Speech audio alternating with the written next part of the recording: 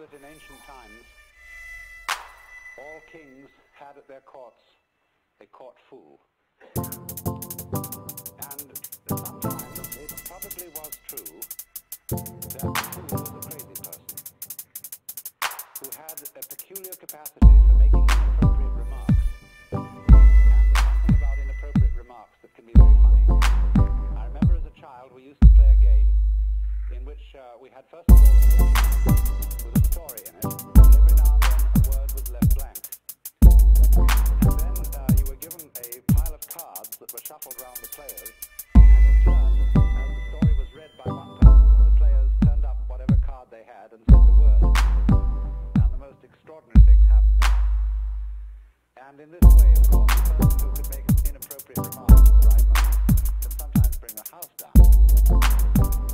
But actually, as time went on, the function of the fool became more sophisticated than that.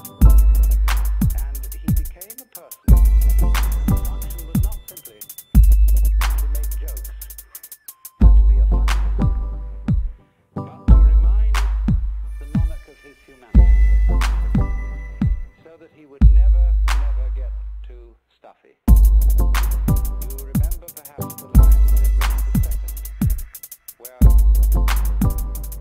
the king says, within the crown, within the hollow crown that rounds the mortal temples of the king, keeps death his watch. And there the antic sits, the antic being the court fool. And there the antic sits, scoffing at his fate and grinning at his tongue, allowing him a little time to analyze, be feared and kill with looks. And then at the last comes death, and the tears pours through his castle wall, and farewell, king. See, that was in a way the function of the fool.